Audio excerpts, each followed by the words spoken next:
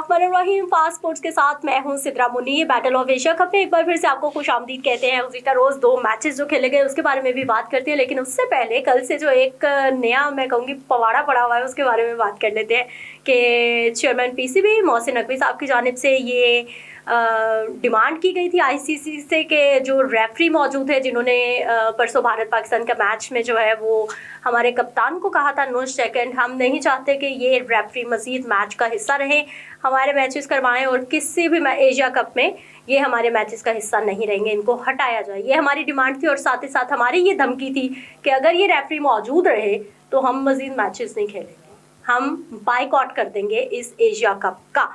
Andy प्रायक्राफ्ट को जो है वो अब आईसीसी की जानिब से डिमांड मुस्तरद कर दी गई, लेकिन मशरूत मान ली गई है क्योंकि एंडी प्रायक्राफ्ट जो हैं वो रेफरी मौजूद रहेंगे। आईसीसी ने कहा है कि ऐसा नहीं हो सकता, लेकिन साथ ही साथ ये भी खबर आई है कि रिची रिचर्डसन जो है वो पाकिस्तान के मैचेस में रेफरी की जो ड्यूटीज़ है वो सर अंजाम देंगे। इन पे बात करेंगे और साथ ही साथ कल का मैच श्रीलंका वर्सेस हांगकांग टक्कर का मैच था, यानी दोनों टीमें जो हैं वो तगड़ी थी और कोशिश करी थी कि हमने मैच जीतना है। दूसरी जानिब हांगकांग वर्सेस अफगानिस्तान था, अफगानिस्तान ने जीत लिया है। आज का मैच बांग्लादेश वर्सेस अफगानिस्तान होने जा रहा है। ये भी उम्मीद की जा रही है कि अच्छा मैच होगा और इसमें अगर बांग्लादेश की टीम आज हार जाती है तो वो चैंपियनशिप से बाहर हो जाएगी। इमरान सुहेल फास्ट स्पोर्ट्स के एडिटर हमारे साथ मौजूद हैं। अस्सलाम वालेकुम इमरान, कैसे हैं? अल्हम्दुलिल्लाह सिद्रा, आपकी तबीयत ठीक नहीं लग रही है। ये आपको पता है ना, सीजनल फ्लू हो जाता है और जब मौसम बदल रहा हो तो फिर हाँ, मौसम बदलते उदासियां भी लाते हैं और साथ ही साथ जो है ना वो कुछ बीमारियां भी लाते हैं साथ में। चले मेरा ख्याल है पहले हम बात कर लें कि जो हमारी तरफ से डिमांड की गई थी और वो उसको मुस्तरद कर दिया गया है, लेकिन मशरूत तौर पे मान भी लिया गया है कि आपके मैचेस में रेफरी को तब्दील कर दिया जाए। क्या कहेंगे? देखिए, ये खबर आपने दे दी है, ये कंफर्म नहीं हुई है, लेकिन अगर आपकी ये खबर सच्ची हो गई तो इसका मतलब पाकिस्तान में सबसे पहले आपकी खबर ब्रेक होगी। हाँ। अगर तो रिचर्डसन जो है जराए से खबरें मिल रही हैं कि भाई लेकिन आपके जराए तक लग रहे हैं मुझे। अगर तो हमारे जराए हमारे साथ ही बैठे हुए अगर तो ये वाकई हो जाता है तो मेरा ख्याल है कि ये एक विन विन सिचुएशन हो जाएगी दोनों के लिए। ठीक है। जो इंडिया आईसीसी, बल्कि चारों के लिए, इंडिया आईसीसी, पाकिस्तान और एशियन क्रिकेट काउंसिल, ठीक है, ये चारों जो है वो इस पर मुत्तफिक हो जाएंगे। मतलब कोई भी लेट डाउन नहीं होगा, एक तरह से सभी की मान ली गई, सभी की सुन ली गई। मैं एक बात कहूँ, ये सारे का सारा ये कोई इशू नहीं था, ये कोई इशू नहीं था हाथ मिलाना ना मिलाना। असल में जो पाकिस्तान की हार थी ना, उसको उसकी डायरेक्शन जो थी, जो प्रेशर था, हमने नॉन इश्यूज उसको टिल्ट किया इस इशू की तरफ। ठीक। और इसके ऊपर आपने देखा होगा फिर उसके बाद पाकिस्तान और इंडिया के जो मैच है उसकी हार को दबा दिया गया और इस इशू को रेज किया गया।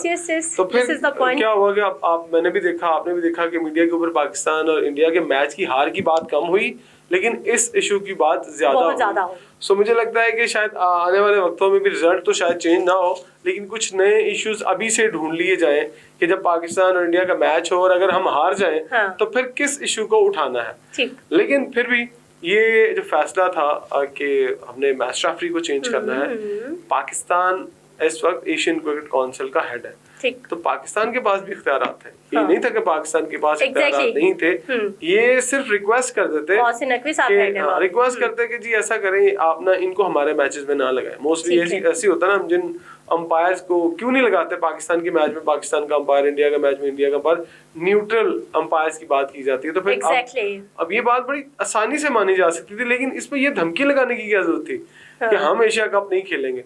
मतलब आप कुछ और बताना चाह रहे थे कि जनाब, मतलब मेरे ख्याल से ये बात करके आपने इंडियन मीडिया को एक और मौका दे दिया कि वो हमारे ऊपर बातें करेंगे, ये देखे डर के भाग गए, और ये कर रहे हैं वो बातें।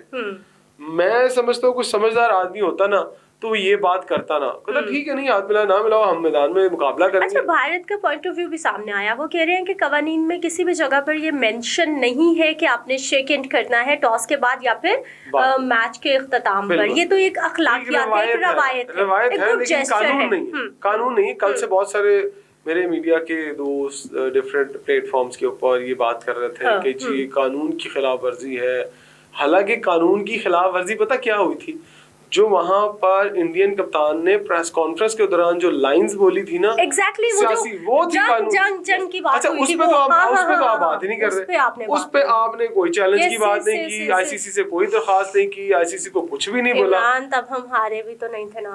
नहीं, वो आफ्टर द डिफीट हम वो प्रेस कॉन्फ्रेंस हुई थी, जब एग्जैक्टली वो लास्ट पर क्वेश्चन किया था सूर्या कुमार से, तो उन्होंने जंग के बारे में बात की थी। सूर्या कुमार यादव जब वहां गए थे तो तब उन्होंने वो जो अपनी बात की जिसे हम अपनी मीडिया पे नहीं कर सकते हैं, सो इसलिए मैं समझता हूँ कि हमें प्लानिंग बताने वाला और प्लानिंग समझाने वाला जो भी था वो गलत बंदा था। अच्छा, मुझे जो कवानीन है आईसीसी के, उसके मुताबिक कोई भी पॉलिटिकल टॉक, कोई भी पॉलिटिकल नारे स्टेडियम में है ना, ये ऐसा ही है। स्टेडियम में गई है तो एक वो बोर्ड लगा हुआ है, कोई भी अगर ऐसा करेगा तो उसे स्टेडियम से निकाल दिया जाएगा। क्या सूर्य कुमार यादव को स्टेडियम से निकाला जाएगा? नहीं निकाला जाएगा। हो सकता है कि हमें अब ध्यान आ जाए, क्यों ये भी हुआ था। ये अगले मैच में हो सकता है, जब हम अगले मैच में हारे, अल्लाह ना करे हारे, तो फिर वो प्रेस कॉन्फ्रेंस करने आए। प्रेस कॉन्फ्रेंस में जब वो ये बात करेगा, फिर दोबारा कोई सवाल करेगा, और अगर वो ये बात करेगा तो फिर हमें इस इशू को वैसे रेज होना चाहिए। As a Asian cricket council head हमें ये बात करनी चाहिए। हमें पावर रखते हैं ना, लेकिन यहाँ तो हम अपनी पावर्स का इस्तेमाल करते हैं, तो हम वहां पर भी अपनी पावर का इस्तेमाल करें जहाँ पर हमारे पास पावर्स हैं। तो ये कहीं मैं फिर वही कहूंगा खेल के जरिए हम कहते हैं ना, मुशीर ठीक नहीं है। मुशीर जो है वो बदलने पड़ेंगे। मशवरे देने वाले जो है ना, वो गलत बंदे आपके आसपास हैं जो आपको बता रहे हैं। एक तो हारने से हमारी सुबकी हुई, और दूसरा बातें ये भी सुननी पड़ रही है, भाग गए भाई नहीं भागे, यही है, हम मैदान में ही है, वही है हमारी टीम।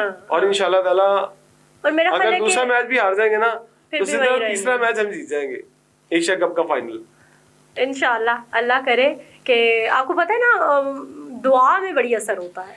दुआओं में तो कुछ हो जाता है, हरकत में बरकत है ना। आप अल्लाह ताला कहते हैं, आप हरकत भी तो करें। 17 की थी इमरान, 17 की थी ना, वो सरफराज कप्तान थे और खेल रहे थे, और हम ओ माय गॉड कितना बुरा हम हार रहे थे।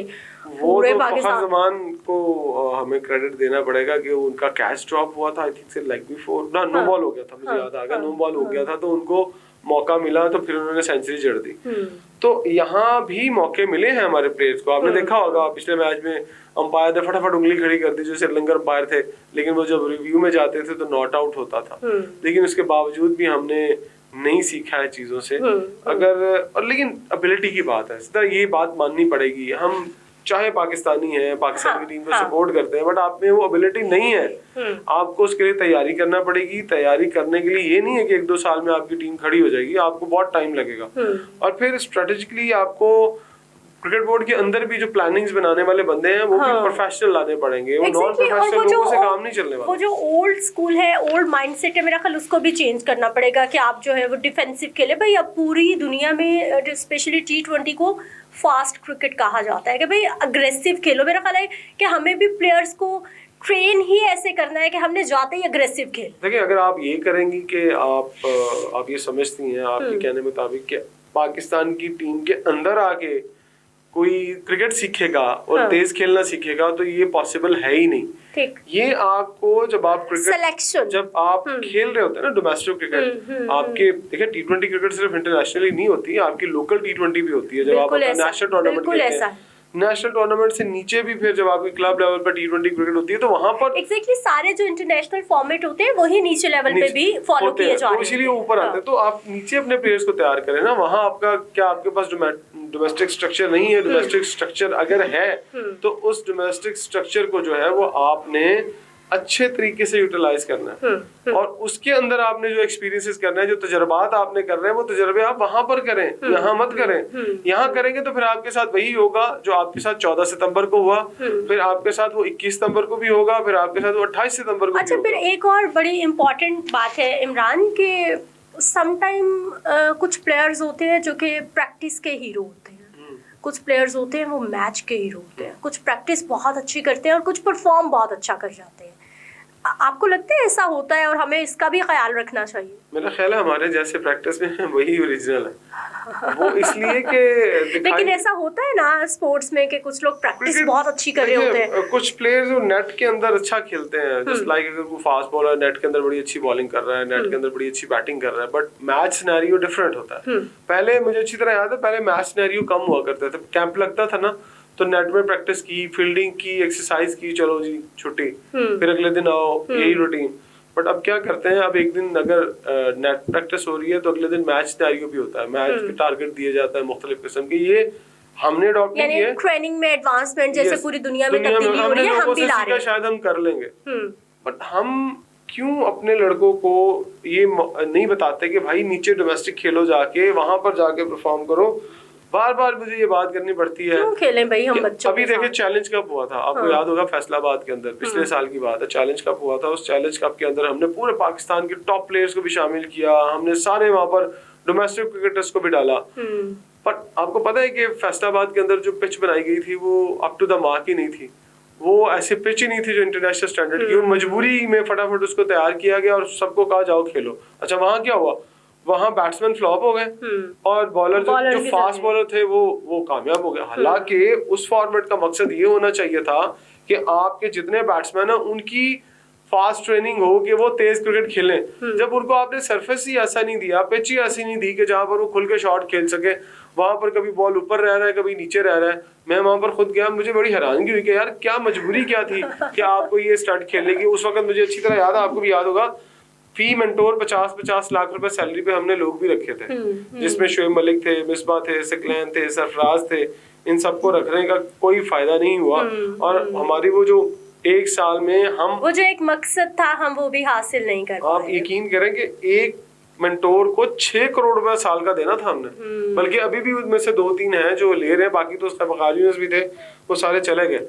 तो ये पाकिस्तान के साथ अगर इस तरह की प्लानिंग होंगी तो मुझे नहीं लगता कि पाकिस्तान की क्रिकेट प्लानर्स को बदल दें, मशवरे देने वालों को बदल दें, मुशीरान को बदल दें, नए बंदे ट्राई करें जो आपको अच्छे अच्छे मशवरे दें। इमरान ब्रेक ले लेते हैं, वापस आते हैं, कल के और आज के मैचेस की बात करते हैं।